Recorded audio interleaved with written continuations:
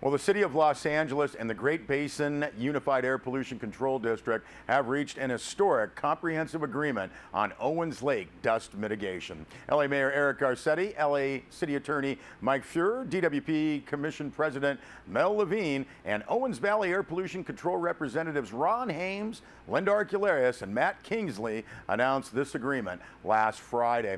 Now, a press release from the LA Mayor's office says the successes achieved at controlling dust at Owens Lake have come at a real cost to Angelenos. Currently, the Los Angeles Department of Water and Power uses about 25 billion gallons of water annually and has spent $1.3 billion since 2000 to control dust at Owens Lake. That's the equivalent of nearly 2 months out of every Los Angeles ratepayer's annual bill is spent on Owens Lake dust mitigation, including the cost of replacing the water used there. Now, last week's agreement will allow the LADWP to use waterless dust control methods, including tillage, at Owens Lake, resulting in significant water and monetary savings for Los Angeles. Press release notes the agreement also provides Los Angeles with the certainty of knowing the full extent of its liability for dust mitigation at Owens Lake. Great Basin will also maintain its full regulatory authority with the assurance that LADWP will continue to meet its obligations to control dust on Owens Lake.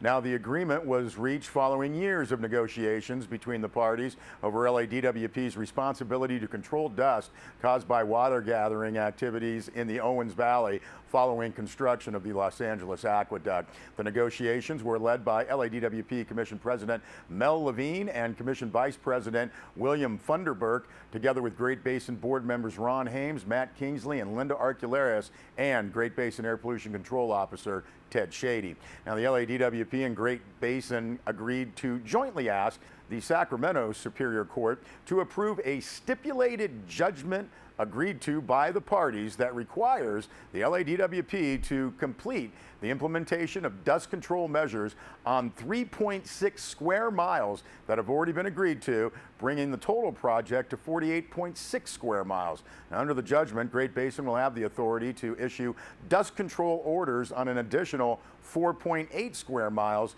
within what is called the maximum controlled area, bringing the total potential Owens Lake dust control project to 53.4 square miles. Now, the judgment limits the issuance of additional dust control orders by Great Basin and allows LADWP to use newly developed and less water intensive and waterless dust control measures, and will maintain existing wildlife habitat on the lake bed.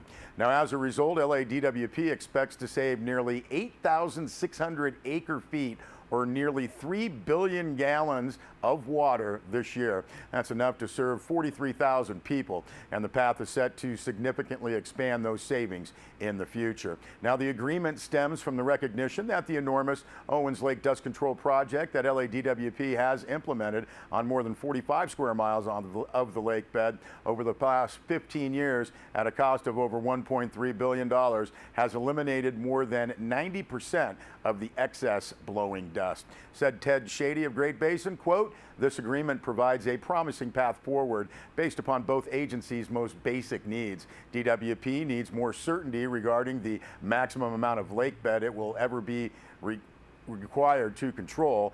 Great Basin needs to have the ability to comply with its legal duty to require a regulated party to meet the federal and state air quality standards. We are very pleased to support this agreement that meets the needs of both LADWP and Great Basin," end quote.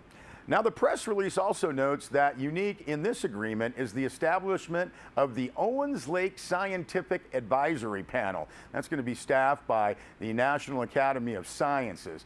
The OLSAP will review scientific issues relating to controlling dust using waterless and low water use methods, among other related matters. The panel's first task will be to study the effectiveness of less water intensive and waterless dust control methods at Owens Lake. The agreement also importantly sets forth a process related to future discovery of Native American artifacts which have been found on and around Owens Lake. Now, under the agreement, dust control measures may be delayed without penalty in the event additional significant Native American artifacts are discovered in the future. There is much more on this story on our website, sierrawave.net. And Bennett Kessler filed this report. After months of accusations and fears of water contamination, officials from Mammoth Community Water District and Ormat Geothermal have agreed to enter formal negotiations to reach a mutually acceptable monitoring and mitigation program while Ormat's expansion project goes forward. Now, the bitter dispute between the two entities did not reach agreement over past months. The Water District filed suit against the Great Basin Air Pollution Control District's approval of Ormat's EIR on Casa Diablo 4 geothermal project. Now, in a brief press release issued last week, the Mammoth Community Water District said the two sides have agreed to enter into formal negotiations, quote, seeking to resolve MCWD concerns regarding the company's proposed geothermal expansion project, end quote. Now, the Water District says the goal of the new negotiations is to develop a mutually acceptable monitoring and mitigation program that, quote, will protect the community's water supply during the project's operation, end quote. Now, while the lawsuit against APCD is still pending, it is presumed that if the Water District and Ormat can reach some kind of monitoring and mitigation program, the suit will go away. Even so, APC Director Ted Shady has said he will not issue well permits to Ormat unless they come up with a monitoring program. Now, early on, Mammoth Community Water District officials expressed fears that Ormat's plans to drill in deep aquifers would cause contamination in shallow aquifers from which the town water supply is drawn. Mammoth Community Water District General Manager Patrick Hayes said the whole burden of the bad outcomes sat at the feet of the Water District. Now, with the new announcement of formal talks, both parties will engage their experts in negotiations and, quote, expect to make substantive progress towards their mutual goal within the next 60 days. And Bennett Kessler also filed this story.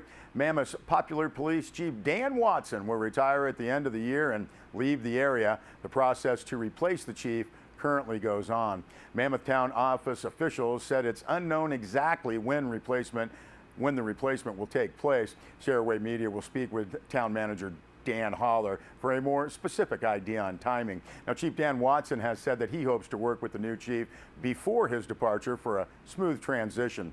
Two candidates for chief, according to Pam Kobolars, the administrative assistant to town manager Holler, were in Mammoth Lakes last week for interviews, one from Riverside and the other from Ventura. It was Dan Watson who came in to help the Mammoth Police Department reorganize and smooth out difficulties from within at that time. He is viewed as someone who did make a big difference in law enforcement, particularly at a time when severe cuts were being made in the staff. We'll be back with more news.